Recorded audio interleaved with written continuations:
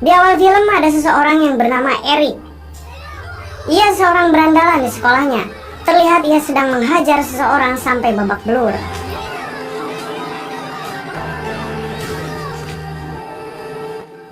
Atas kejadian itu, Eric dikeluarkan dari sekolahnya.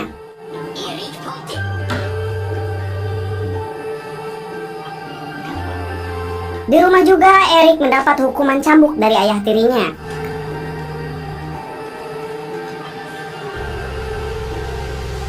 Ketika di rumah, Eric sempat berkenalan dengan teman ibunya yang bernama Hotman.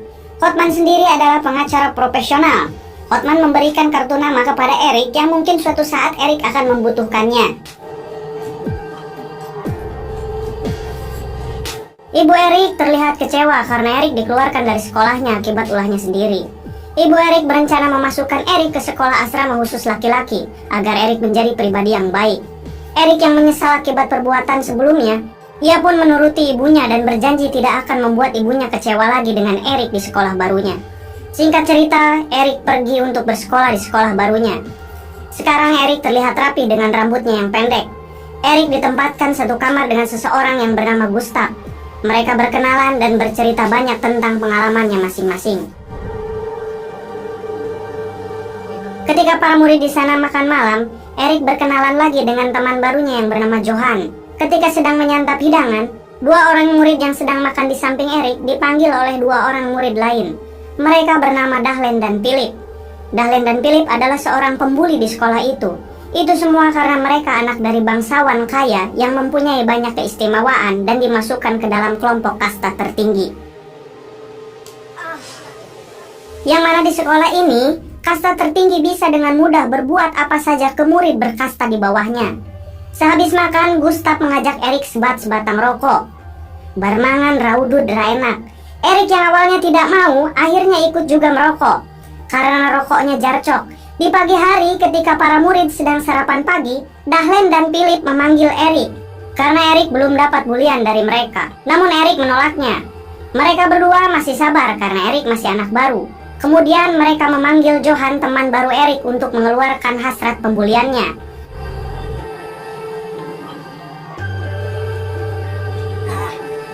Malam harinya, Dahlen dan Philip memanggil Eric ke ruangannya. Setelah itu mereka menyuruh Eric membersihkan semua sepatu kotor yang ada di situ. Lagi-lagi Eric menolaknya, kemudian pergi. Dahlen bilang ke Philip, apa yang pantas kita lakukan kepadanya. Philip bilang, tenang saja, dia kan masih anak baru. Pada saatnya kita akan membuli dia habis-habisan. Esok harinya di kelas, Eric bercerita soal kejadian semalam ke Gustav. Gustav mengingatkan Eric agar tidak membantah perintah Dahlen dan Philip. Karena murid dari kasta biasa yang menolak perintah mereka akan mendapat hukuman dari pihak sekolah. Eric yang sama sekali tidak takut, ia menegaskan bahwa ia tidak akan pernah melakukan apa yang diperintah Dahlen dan Philip. Esok harinya ketika Eric sedang berjalan, tiba-tiba Dahlen menabrak Eric. Dahlen langsung menyuruh Eric minta maaf. Eric yang merasa tidak salah tentu menolaknya. Dahlen yang kesal karena Eric selalu membangkang, ia mengajak Eric berduel nanti malam. Johan dan Gustav memberitahu bahwa seperti biasa Dahlen akan mengeroyok lawannya. Kemudian jika lawannya kalah, maka ia harus merangkak sambil meminta maaf.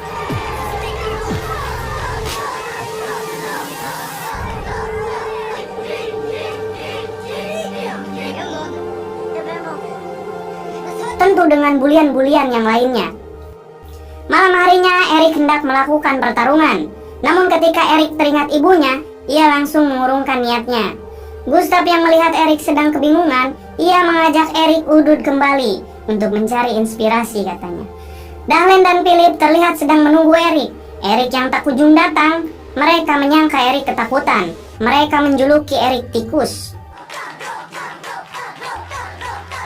Eric terlihat semakin akrab dengan Gustav.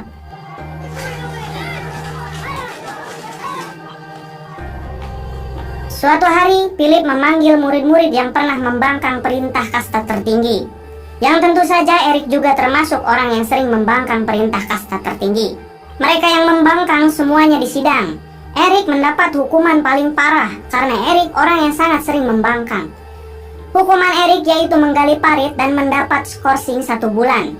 Karena hukuman itu dilegalkan di sekolah, Erik pun menuruti hukuman itu. Erik menggali parit sampai larut malam.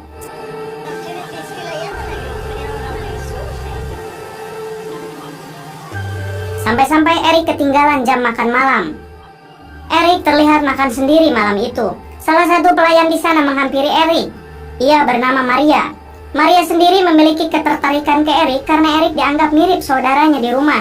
Maria juga kagum ke Erik yang berani melawan ketidakadilan di sekolah itu. Setelah itu, seperti biasa, Erik sebat-sebatang di luar. Maria memergokinya dan bilang bahwa hal itu dilarang di sekolah ini. Hal itu juga merusak kantong dan kesehatan Erik. Maria yang menyukai Erik, tiba-tiba ia langsung mencium Erik. Erik juga terlihat menyukai Maria. Padahal mereka berdua tahu aturan sekolah yang melarang muridnya berpacaran dengan pelayan. Jika mereka ketahuan, maka mereka berdua akan dikeluarkan atas perbuatan itu. Esok harinya, Erik pulang untuk menjalani hukuman skorsing 1 bulan. Setiba di rumah, ayah tirinya bertanya kepada Erik, mengapa mendapat hukuman tersebut.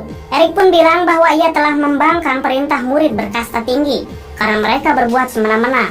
Ayahnya memberi hukuman cambuk lagi ke Erik dan bilang, anak-anak orang kaya memang pantas dihormati. Ibu Erik merasa kasihan kepada anaknya, namun ibu Erik tidak bisa berbuat apa-apa. Singkat cerita, Erik sudah menyelesaikan semua hukumannya dan datang kembali ke sekolah. Erik yang sudah 1 bulan tidak bertemu Maria, ia menemui Maria dengan sembunyi-sembunyi. Dahlen dan Philip sudah tahu Erik kembali. Mereka pun berniat menjahili Erik. Mereka menyiram Erik yang sedang tidur dengan sebuah kotoran. Merasa ini sudah sangat keterlaluan, Erik memasukkan lagi kotoran yang disiramkan tadi. Kemudian pergi ke kamar Philip dan menyiramkan kotoran itu ke muka Philip yang sedang tertidur pulas.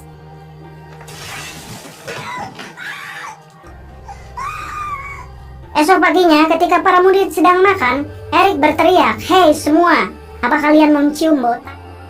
Erik berjalan menghampiri Philip, kemudian bilang ternyata bau itu bersumber dari sini.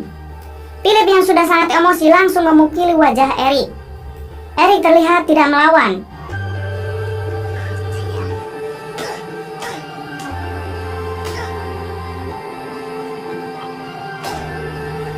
Esok harinya ketika para murid sedang sarapan, Philip memanggil Gustav.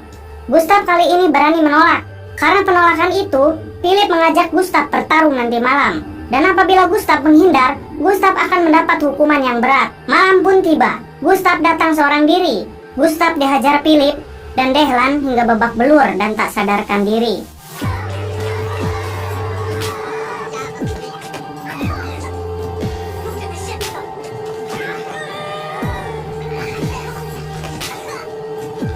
Setelah itu Erik datang dan membawa Gustav ke kamarnya.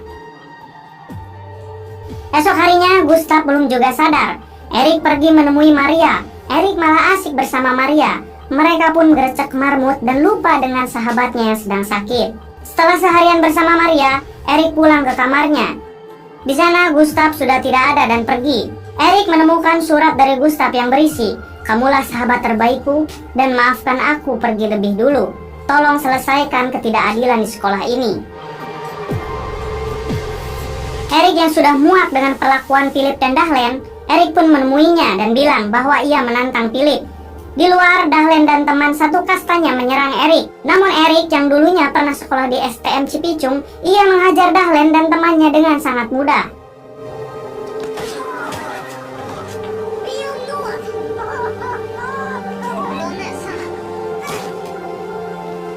Erik terlihat tidak menghajar Philip dan hanya mengancamnya.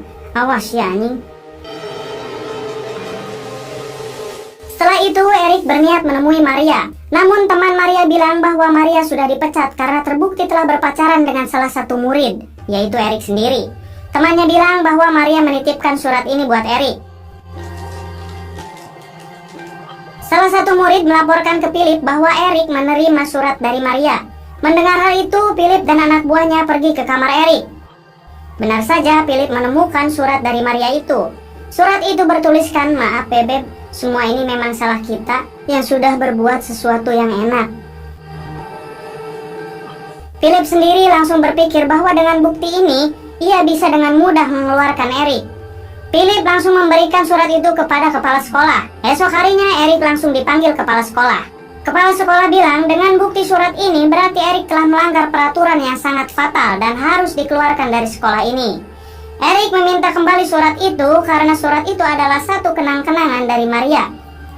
Namun kepala sekolah menolaknya. Erik terlihat sudah muak dengan Philip. Ketika Philip sedang berjalan sendiri di hutan, Erik datang dengan membawa kayu. Erik menyuruh Philip berlutut dan mengancam akan membunuh Philip. Philip sangat ketakutan. Ia menawarkan uang yang banyak buat Erik. Jelas Erik menolaknya. Ketika hendak memukul, Philip sangat ketakutan dan tiba-tiba muntah. Erik pun bilang kepada Philip, "Aku tidak berniat membunuhmu, karena aku bukan penjahat sepertimu." Ketika sedang mengemasi barang-barang, Erik teringat teman ibunya yang bernama Hotman. Ia adalah seorang pengacara profesional. Erik langsung menghubungi Hotman. Siapa tahu dengan itu Erik tidak jadi dikeluarkan.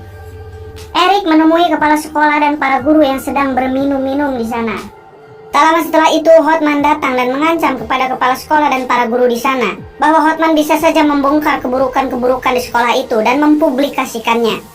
Apabila hal itu tidak mau terjadi, maka kepala sekolah harus memberikan surat dari Maria ke Erik, meluluskan Erik dan menghapus perkastaan di sekolah itu. Kepala sekolah yang takut langsung mengiyahkannya. Setelah itu terlihat Erik mengikuti acara kelulusan. Di rumahnya ibunya bangga dengan Erik. Namun ayah tirinya biasa saja dan malah akan mencambuk Erik karena mendapat nilai sikap C.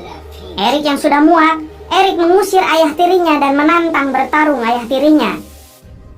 Ayah tirinya yang takut, ia memilih pergi dari rumah itu. Gustav terlihat sudah sukses dengan usaha bisnisnya. Sementara Erik sekarang bekerja di sebuah pabrik.